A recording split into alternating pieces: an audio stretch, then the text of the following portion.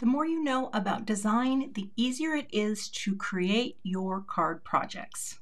Hey everyone, it's Cathy Zielske. Welcome back to my channel and my studio. Today's card walks you through my design process, and hopefully it will help you the next time you sit down to make a card as well. So to pick up some design tips, stick around. That video is coming up next. So here's a look at the core products I'm going to be using today, and I have this Gina K Delicate Flowers, I have the stamps, I have the dies, and there is also a coordinating stencil. And this is currently part of Gina's latest kit, but soon it will also be available to all be purchased separately. I have some inks from Gina. I'm going to do my flower in pinks. I've got some greens here that I'm going to use for my greenery, and I'm going to stamp my images in black. Plus, I have a few pieces here of Gina's heavy base weight cardstock. Of course, the focus hopefully today is going to be on some design tips as we go for making the design process make more sense to you and hopefully help you to create cards easier and with results that you love. So let's start out by stamping our images. I like to keep bundles together in a larger pocket. This pocket is from Simon Says Stamp, and they're really nice. They're reinforced on the side, and they have a lot of room to keep all of the things. And so I have my stencils and the dies, and I keep them all together in these pockets. We're going to start out here by stamping some images. And of course, this is the first time I have used these, so I will need to do a little priming. But what I'm going to do too is stamp a few on different pieces of cardstock here. I just have 2 pieces cut out because I'm not completely sure yet what the design is going to be. I don't know if I'm going to end up using bigger branches or smaller branches, but sometimes one of my tips for you when playing with design is to give yourself options. So never be afraid to stamp multiple things at one time, because then you're going to have choices when you start playing around with your card designs. I'm going to use my little stamp conditioner here. It's an eraser that just takes that coating off of your stamp and primes it so that it stamps great right out of the gate. Of course, your stamps become conditioned very quickly in this regard when you're using them over and over again, so you really only have to do something like this once. And you can also use your finger, which is what I've been doing for years, but then I got this thing and it kind of feels better. So I'll finish those real quick and then we'll stamp. I'll be using my black onyx ink. This is one of my favorite inks to stamp with. It's very inky, it doesn't feather, it's great for various techniques that you might be wanting to try, and I love using it. I also have it in a cube, and I love using my little cube too, because sometimes when I have smaller greetings, it works really nicely. I'm bringing this down, and I'll stamp this a couple of times. Okay, bring in my Stampin' Bug, which is just a little tool that allows me to put more pressure on my Misty door. Give that a second to transfer and lift it up. And I'll stamp it a second time just to have it be a little inkier. Down and transfer.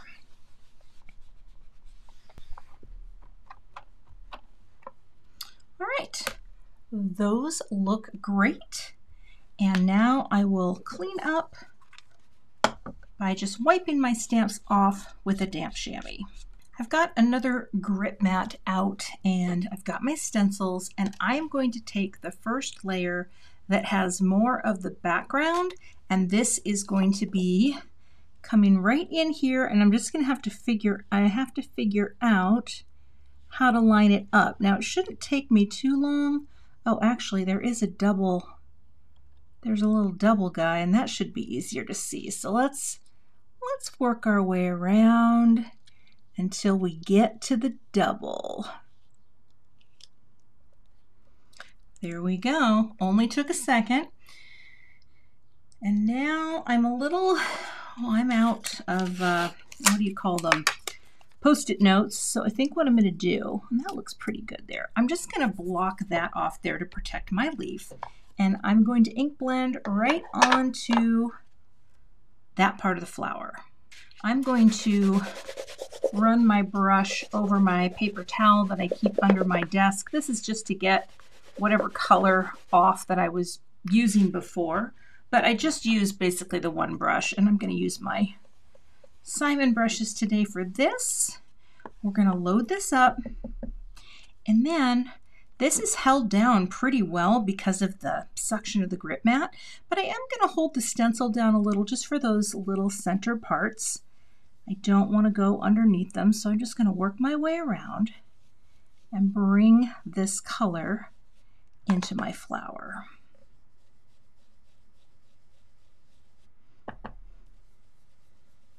I'm kind of doing more of a soft hand here, especially as I come up with those little prongs.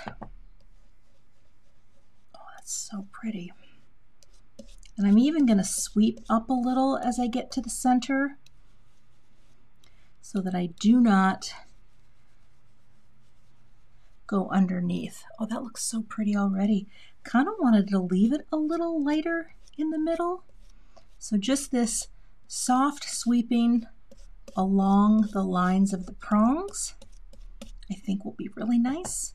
And again, just a little darker around the outer edge. Like that. Let's lift that up. And now, actually, now if I do this, I want to make sure I'm the right way up. Yep. If I hold this here, then it's going to be a little easier to place this stencil. So I'm going to just do that. Pick this up and flop that down for a quicker placement on this one. There we go. I feel so smart right now. All right. And on this one, I am going to use my darker color. And that is the medium carnation. And one little tip I can give you for design choices is this. When you are, starting out a project, you might not be sure what is the best color palette. How am I going to make this look good? Well, keep limits, okay? So try limited colors. And that's what I do a lot of times on my card. Like here, I'm going to use pink. I'm not going to do anything else on my flower other than 2 different shades of pink. So tip number 1, limit your color choices. I know we love all the colors we have, but we don't have to use them all at once. And you can have a simple monochromatic flower. And again, I'm doing that same sweeping in and still have it turn out just beautiful. And medium carnation, light carnation, and dark carnation are layering inks. They're designed to go together. And I think this is going to look great. So let's lift it up. And look at that beautiful bloom. So simple, but so pretty. All right, I'm going to clean these stencils off before I use them again. And the way I like to do that is with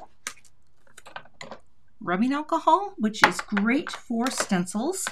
I like to use these little lint-free cloths from eCloth. And the other nice thing is it will clean your stencil and then it will be dry immediately. So you don't have to worry about bringing a stencil that you just wiped down. I'm just trying to keep the prongs nicely intact here. Your stencil is going to be dry when you place it down again. And if you use water, you just have to be mindful that your stencil is completely dry before you bring it to your project if you have other images on the piece. Now I'm going to tackle the leaves that I have on here, and I'm going to use Jelly Bean Green. And also I tap into my glass mat here just to kind of distribute the ink, tap some of it off so that it's not blobby when it comes in. And I'll start here at the base, going a little darker, and then soften it as we go up. You know what? I might not even use another color of ink. I might not need it. That looks so good to do it like that, right? And soften, just like that. Just be mindful if you have little openings, because I don't want to I don't want to muck that off. And now I will do all of the other pieces the same. So we'll lift this up and we'll turn this friend around. Oh, I think I have to do a reverse image. Oh, yep. I'm going to have to clean this stencil before I do that. That's clever, Gina. And so this now, see that? It's totally dry. That's an exact mirror image of the other side. So I'll go ahead and do that one really quickly off camera. I just wanted to show you how it flips to get more use out of the stencil.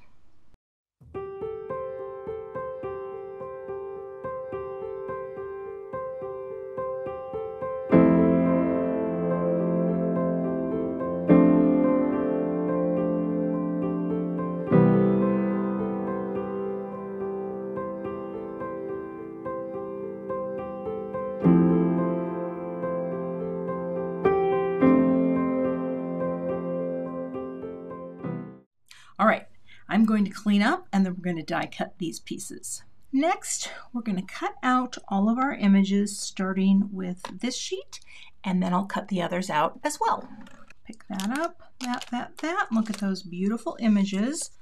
Look at how nicely that cut out. Oh, so good. All right, and you guys as well.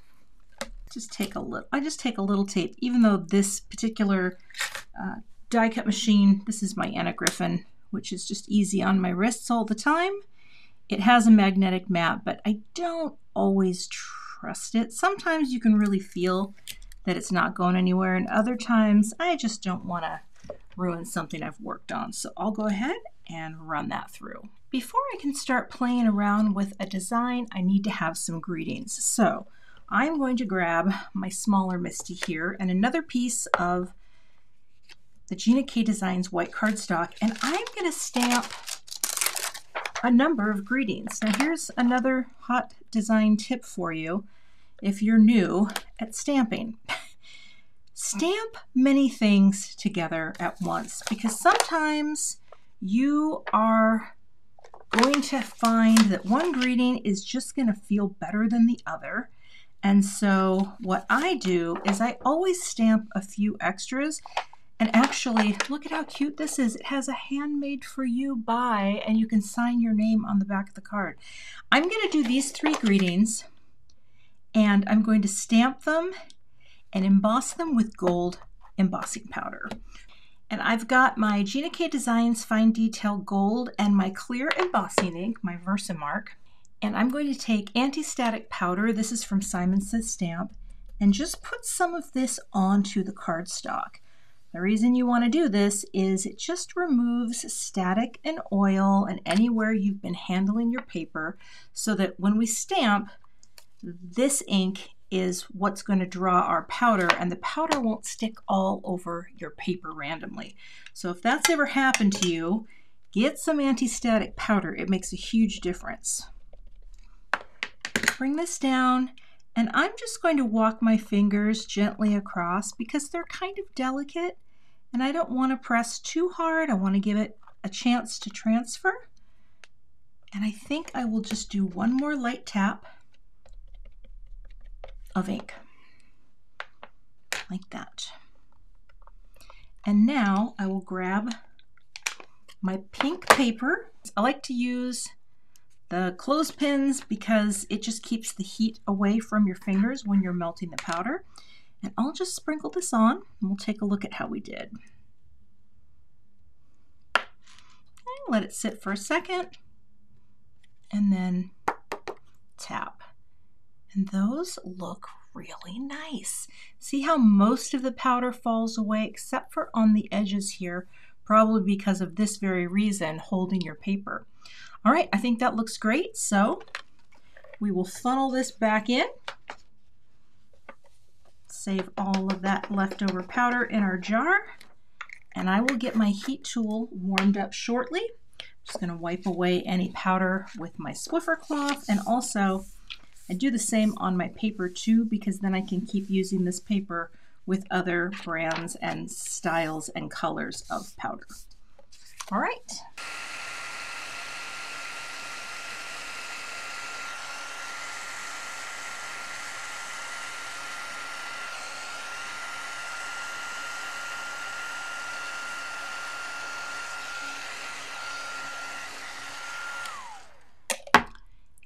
These all look great.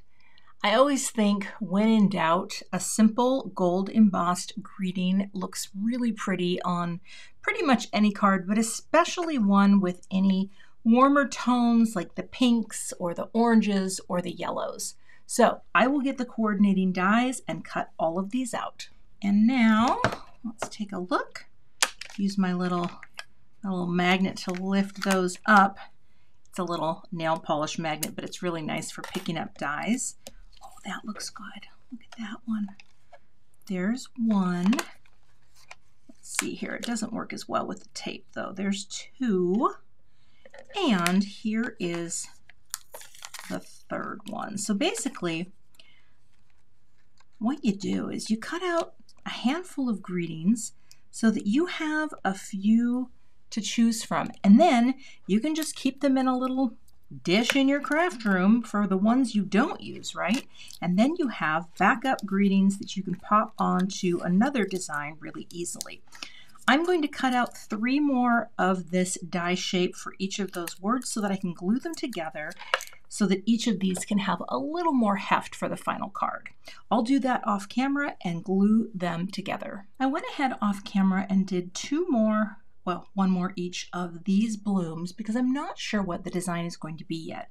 But what I like to do is I like to know the target space. So this is a panel that is 4 inches by 5 1/4, and that is going to go onto my 4 1/4 by 5 1/2 inch note card. So what I'm going to do here, before I do any of this, I'm going to create a little texture on this panel. This is such a quick and easy way to just add a little something to your card, and you can take your scoring tool, whatever score type board you have, and you're going to go in at every 1/4 inch, roughly. Let's see here. I don't know if that, is that going to work with, let's see here. Did I do it right at 4? We're going to go 1, 2, and score. And the idea here is just to put score lines on your panel for a little texture. Okay? Doesn't look like much right now, but promise me. Can you promise me something? As soon as this is done, I will show you the subtle texture. And it's just, you know what? I can't see what I'm doing. I have to stand up. Anyone can do it. It just takes a little practice. And I'm a little slow, but that's because I sometimes worry that I'm going to jump out of my groove. Okay, get back in there and keep going. So once you get down about that far, you just flip it and work your way out. It just makes it easier to get those lines in. So it is a fun way to add a little texture. And you know, it doesn't look like much, but you can see it in there. It's subtle and it really does add something fun to the card. All right, now to design. Also, the nice thing about this, you can use either side. You can use the bumpy side, or you can use what's called the debossed side, right? The score lines that you just put in. Sometimes I like the smoother side. So before I move on to the design, I'm going to add some thin foam tape. This is my Simon Says Stamp Big Mama roll, and it's a very thin foam tape, thin in terms of loft. And I will put tape all over the back, well, 4 strips, just to give my panel some support. I'm going to create my note card. Now you could pick up any of the colors. You could do pale pink, you could do green. I am a huge fan of just a clean white note card. So this is the same cardstock. This is 11 inches by 4 1/4, and I'm going to score it at 5 1/2. I'm going to pull that down just a little to get right on there. Give a nice score line so that the fibers in the paper do not crack when you fold them. Fold that down, and then I like to use my Teflon bone folder to press in that score line. All right. And now, because this is a heavyweight cardstock, I'm going to take a little low-tack tape and just tape it closed, because when I'm designing something, I can't have the pop-up. I need the card to stay flat, and this is really high-quality cardstock. It's heavyweight, feels very substantial, and so it's nice to have it be flat. And now I'll show you. This is just going to have a very narrow margin all the way around. So I'm going to take the backers off of the foam tape.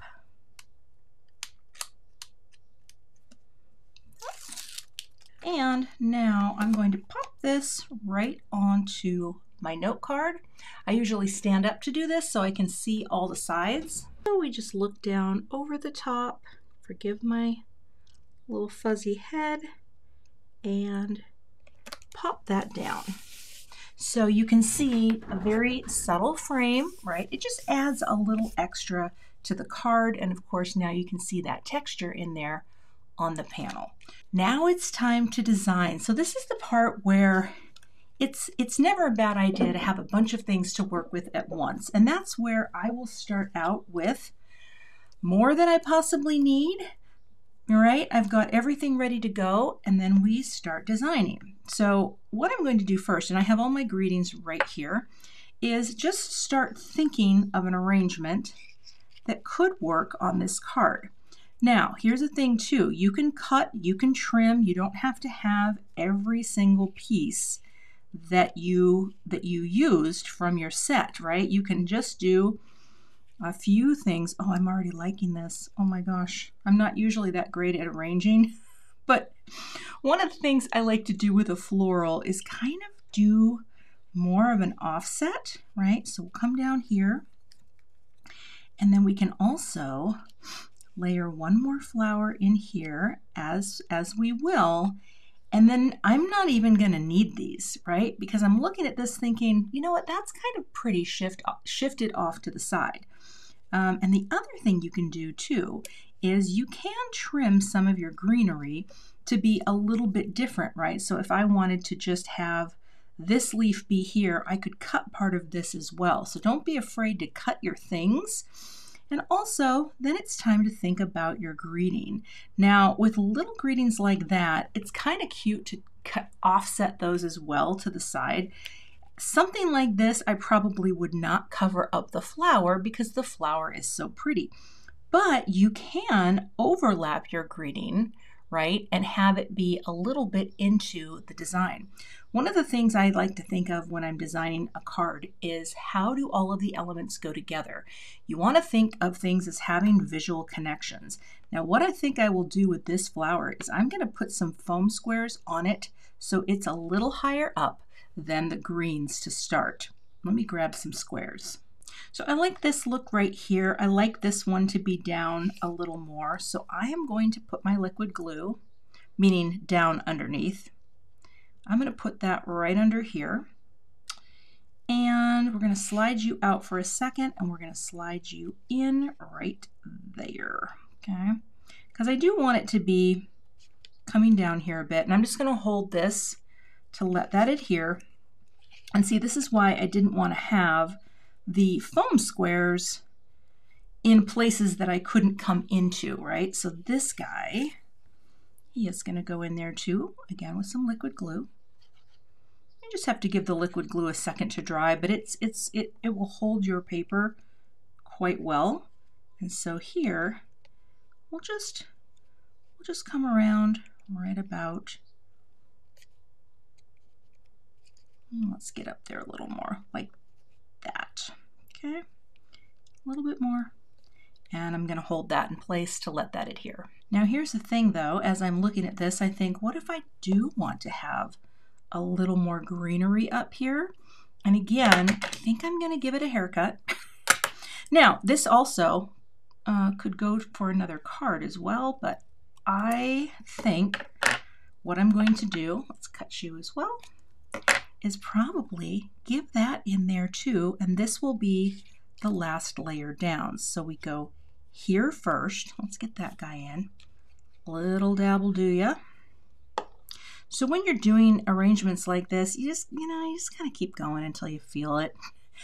Flower arranging isn't my strongest skill in card making, but hopefully what this shows you is you can cut things, you can play around with the arrangement, but also just make sure that everything is connected together in a way that makes sense, right? So here we can have that there, and then, oh, here's our friend that we cut. See, that would be pretty just by itself. This is just a little extra something. I like that a lot. So we've got a little repetition top to bottom, right? We've got the same greens, although they look a little different, right, when they're up top. And now, right, come in like that. And again, just glue. Everything is still shifted off to the left. Then we will take this lovely piece, add our bit of glue to hold it. You don't want to have too much that can actually smush. It's nice when things have a little looseness from your project. They don't have to be perfectly held down all the time. And then that comes in here off the top like that and hold that down. Now, if you wanted to get even more repeating, you could put another little flower coming up. You can cut this any way you like, but you know what? I don't think I'm going to do that unless I were to say one more green right there. I like that. So again, don't discard the pieces that you trim away, because you can also layer those in as well. Kind of make your own thing. All right. And in we go, and hold that down. I love the feel of this so far. All right, and then for our greeting, we've got our little birthday greetings. It's going to sit in a really smart location right here with a connection to the flower without covering the flower up. And that's something that I love, to be able to still see the flower, but have this sweet minimal greeting. I love little greetings. Now I am putting a little daub of glue on each one just because I want to make sure this is straight, and I want to make sure it's exactly where I want it to be, which is right here, lined up like that. How sweet is that? So that's a design where everything has a connection to the main floral image, right? We've limited our colors. The colors are very simple on this. And now I think I will just add a few little gold bead type sequins to finish out the card. To finish off this card, I've got an odd number here. This is 5, 6, 7 gold beads, and in different sizes. I just think this is a nice way to tie in a little of the gold and just add a little visual interest. All right. Boop. Boop. Put one here. Boop. I love this collection of beads because they come with they come with 4 different sizes. And I like the really small ones, because I think that is just adorable right there. Boop. And that's the finished card project for today. So the finished card has a few things going on. Number one, we have that fun texture in the background. Kind of need to tilt it to see it in my bright lights. We have one beautiful bloom, and then different little greeneries coming out, and one other floral bloom. Again, this is stamping and coloring the things that you have in your stamp set, cutting them out, and then deciding, what am I going to use? What am I going to trim? I limited my colors by keeping my flower monochromatic, essentially by using 2 pinks, and the same thing with my leaves. I kept them mostly one color. I guess they are just one color, jelly bean green. Then I took a simple greeting, embossed it in gold, and again, I did a couple so that I could figure out which one I wanted for my card, and now I have a couple little leftovers that I can make a very simple card with just a bloom and a greeting.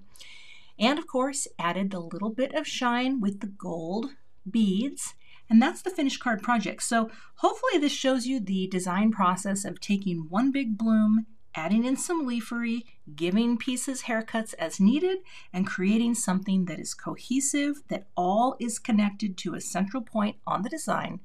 And now you have a beautiful birthday card ready to send.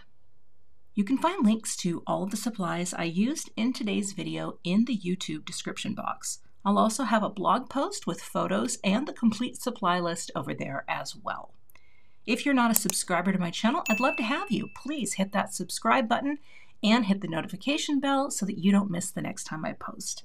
Thanks so much for watching and have a great day. To see more card projects featuring floral designs from Gina K Designs, check out the 2 thumbnails I have linked for you below, and I'll see you in those videos.